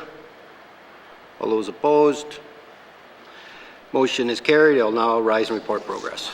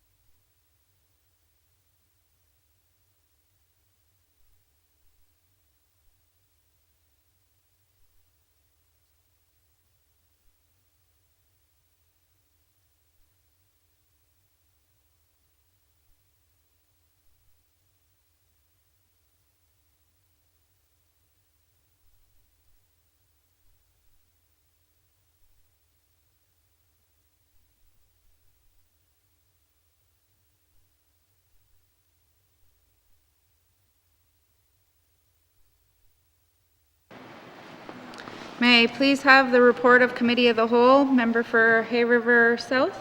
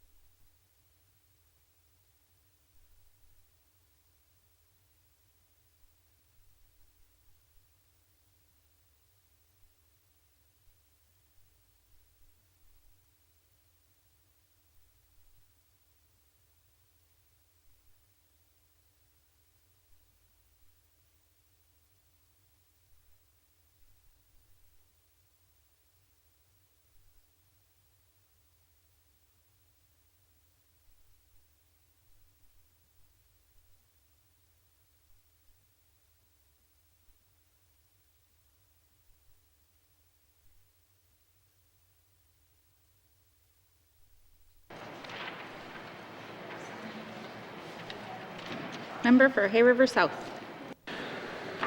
Thank you, Madam Speaker. Madam Speaker, your committee has been considering Bill 41 and would like to report progress. And Madam Speaker, I move that the report of the Committee of the Whole be concurred with. Thank you. May I have, or who's seconding to the report of Committee of the Whole? Member for Deschaux. Motion is in order. All those in favor? Opposed? Abstentions? Motion is carried. All right, so report of Committee of the Whole. Third reading of bills. Member, what is it? Oh, Minister of Infrastructure, sorry. Thank you, Madam Chair. Madam Chair, I move, seconded by the Honourable Member for Hay River North, that Bill 24, an act to amend the Revolving Fund Act, be read for the third time. And Madam Speaker, I request a recorded vote. Masito. Thank you, Minister. The motion is in order. To the motion, question has been called. The minister has requested a recorded vote, so all those in favor, please stand. The member for Inuvik Boot Lake, the member for Hay River North, the member for Thabacha, the member for Frame Lake, the member for Cam Lake, the member for Yellowknife South, the member for Range Lake, the member for Yellowknife Centre, the member for Great Slave, the member for Hay River South, the member for Montfouille, the member for Yellowknife North, the member for Deschaux, the member for Nahende, the member for Satu. All those opposed, please stand. All those abstaining, please stand.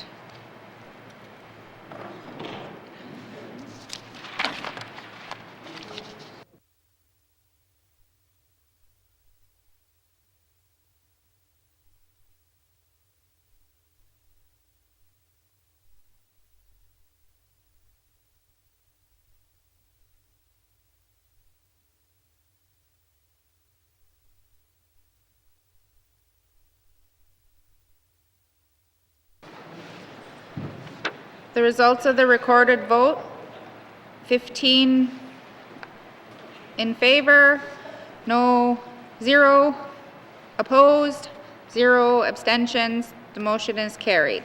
Bill 24 has had third reading. Orders of the day, Madam Clerk.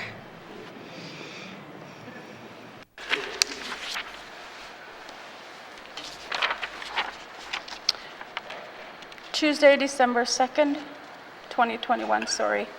Tuesday, December 7th, 2021. Orders of the day, 1:30 p.m. Prayer, minister statement, members' statement, recognition of visitors in the gallery, reports of committee on the review of bills, reports of standing and special committees, returns to oral questions.